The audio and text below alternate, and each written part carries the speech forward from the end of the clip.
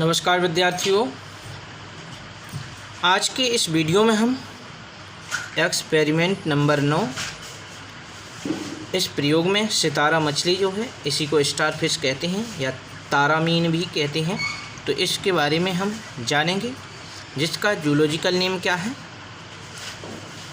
एस्ट्रियास Rubens.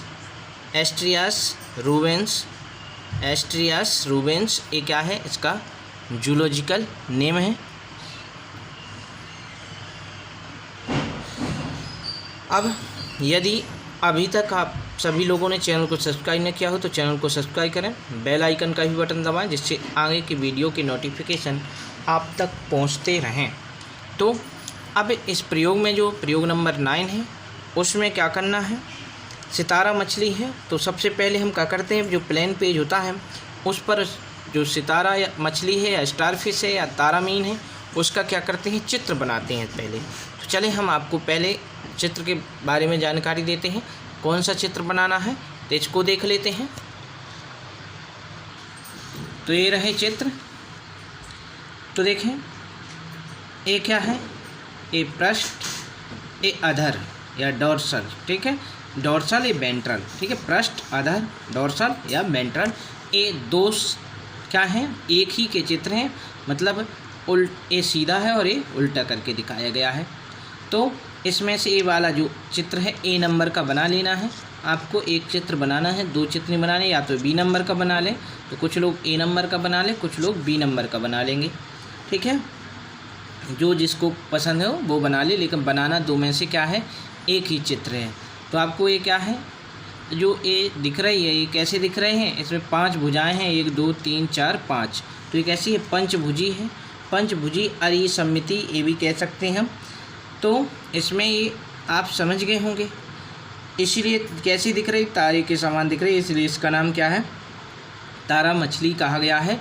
लेकिन असल में ये मछली नहीं होती है, ठीक है, क्योंकि मछलियों को कॉर्डेटा संघ में रखा गया है और इसको ये कहन नाम है इसका है, लेकिन असल में अगर इसे कहें तो ये कह सकते हैं हम कि समुद्री तारा कह सकते हैं, मछली नहीं होती है। तो ये बात ध्यान रखना हमें।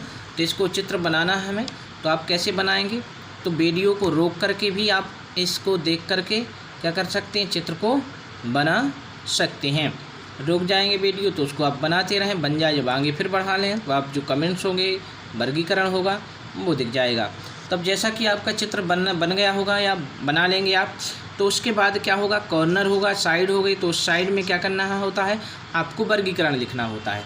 जैसे ही चित्र बन जाता है तो उसी के कॉर्नर में क्या करना होता है, वर्गीकरण करना होता है, किसका, जो जंतु आपने चित्र में बनाया है। तो क्या है, ये है स्टारफिश है, तो स्टारफिश का चित्र बन गया, तो आपको क्या करना है, वर्गीकरण देखना है। चलो देखते हैं क्या है वर्गीकरण।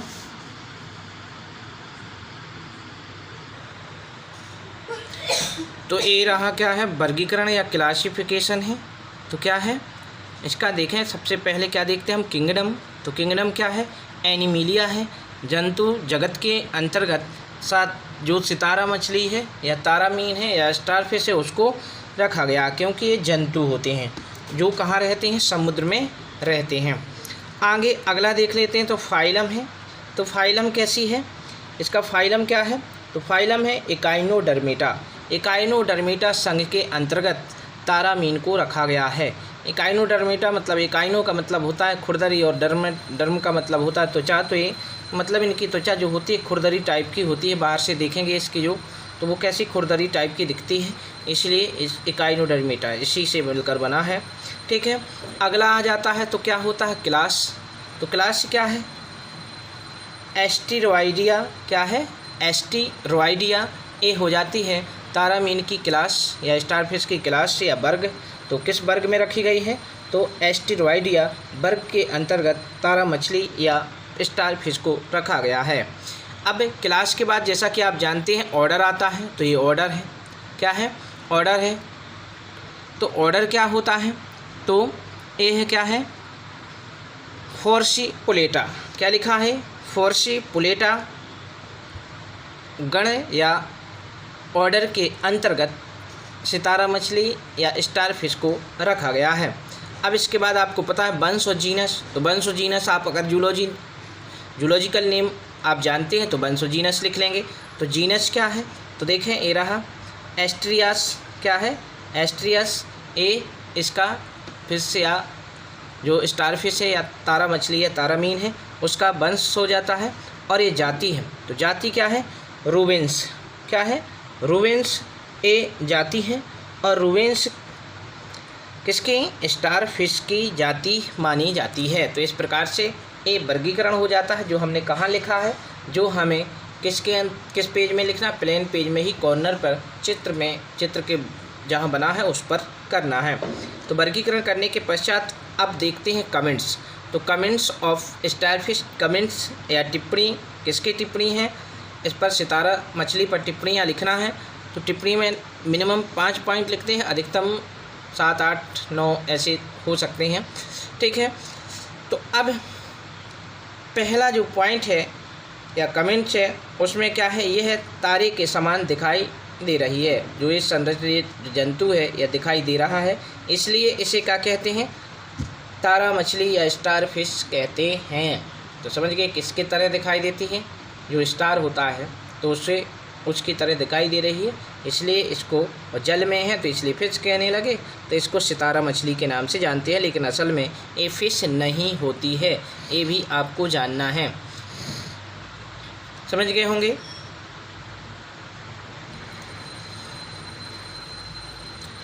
अगला पॉइंट है, तो अगला पॉइंट का यह समुद्री जल में निवास करने वाला जंतु है। तो यह जंतु कहाँ रहता है, समुद्र में रहता है।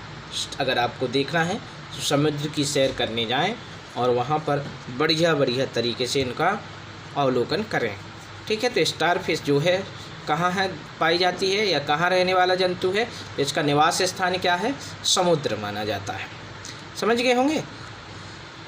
तीसरा पॉइंट है, तो ये क्या है, यह है रात्रिचर। क्या है रात्रिचर, मतलब रात के समय विचरण करने वाला। दिन में ये सक्रिय नहीं होता है, छुपा रहता है, रात में क्या करता है, निकलता है। देखना है तो रात्रि के समय दिखाई देगा, ये समुद्र में भी जाएंगे आप तो।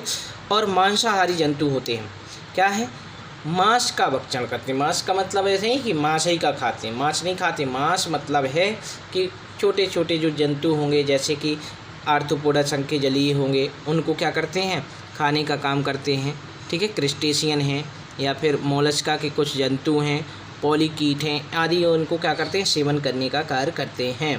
तो ये रात्रिचर है, मतलब रात्र में निकलकर सक्रिय रहते हैं, अपने शिकार करते हैं। और कैसे हैं, मांसाहारी हैं। इनमें पंचभागी है अरीय समिति उपस्थित है, मतलब इसमें कहा है 5 भुजाएँ। 5 भागी का मतलब 5 भुजाएँ इसमें हैं, इसमें 5 भाग होते हैं, और जो किस में है, अरीय समिति में हैं। तो इस प्रकार से ये आप ये भी लिख सकते हैं अलग से पॉइंट आप, कि इसमें 5 भुजाएं दिखाई दे रही हैं, ठीक है, या पाई जाती हैं, उपस्थित हैं ऐसे। अगला है, इसकी चपटी निचली सतह है, मतलब ये दिखाई देते चपटे होते हैं। तो अधर तल, अभी बताए 2 चित्र दिखाया था, पृष्ठ तल, अधर तल, डोर्सल, वेंट्रल। तो वेंट्रल तल पर क्या होता, मुख उपस्थित होता है, ठीक है, मुख उपस्थित होता है। अगला है, इनमें जल संवहन तंत्र विकसित होता है, मतलब जल इनके अंदर घुस जाता है। शरीर के अंदर का प्रवाह किसका रहता है, जल का। ये जल के माध्यम से ही जंतुओं को अंदर ले जाते हैं, शोषण करते हैं, उसी माध्यम उसी में उत्सर्जन। तो इस प्रकार से इसमें जल संवहन तंत्र पाया जाता है, जैसे कि हमने किसमें पाया जाता देखा था, उसमें जल तंत्र पाया जाता था। जो पोरीफेरा संघ के सदस्य थे तो वो अपनी ऑस्टिया छिद्रों से अपनी सीलेंट्रॉन गुहा में जल ले जाते थे और ऑस्कुलम से निकाल देते थे, ठीक है। ऐसे ही इसमें ये भी जाते हैं। तो इसमें उसमें क्या था, दोनों तंत्र अलग अलग है। उसमें जल क्या था, जल तंत्र था, लेकिन इसमें क्या है, जल संवहन तंत्र है। तो ये बात ध्यान रखना है, दोनों अलग अलग होते हैं। जल संवहन तंत्र पूछा जाए तो आर्थ्रोपोडा में, और जल तंत्र पाया जाता है तो किसमें, या कैनाल सिस्टम पाया जाता है तो किसमें होता है, वो होता है पोरीफेरा संघ में, ठीक है। तो ये दोनों ध्यान रखने हमें। अगला है, तो अगला क्या है, अगला है, इनमें नालपाद ट्यूब फीट उपस्थित होते हैं, जो गमन में क्या करते हैं, सहायता करते हैं। मतलब ट्यूब फीट की सहायता से एक गमन को करते हैं, मतलब चलते हैं। तो इस प्रकार से क्या है, ए जो है आपके 7 कमेंट्स हैं स्टारफिश के, तो आप इनको लिख लेंगे, बढ़िया तरीके से चित्र बना लेंगे, वर्गीकरण कर लेंगे और अपनी फ़ाइल को कंप्लीट कर लेंगे। तो आपको बाद में कोई दिक्कत नहीं होगी। इसी छुट्टियों में आप गर्मियों के दिनों में ही बनाएं, फ्री हैं, और बाद में अपनी तैयारी करते रहें। नहीं जनवरी फरवरी में आप तैयारी भी करेंगे और फाइल भी आपकी बनेंगी तो आपको दिक्कत होगी कि पढ़ें कि फ़ाइल बनाएं, तो वहाँ उस समय क्या हो जाती है, दिक्कत होती है। इसलिए अभी से अपनी फ़ाइल को कंप्लीट करके रखें। बस प्रयोग होते हैं जब भी आपका प्रैक्टिकल हो, ले जाएं उठा के फ़ाइल, बढ़िया तरीके से पढ़ें और तैयारी अच्छी रखें। धन्यवाद।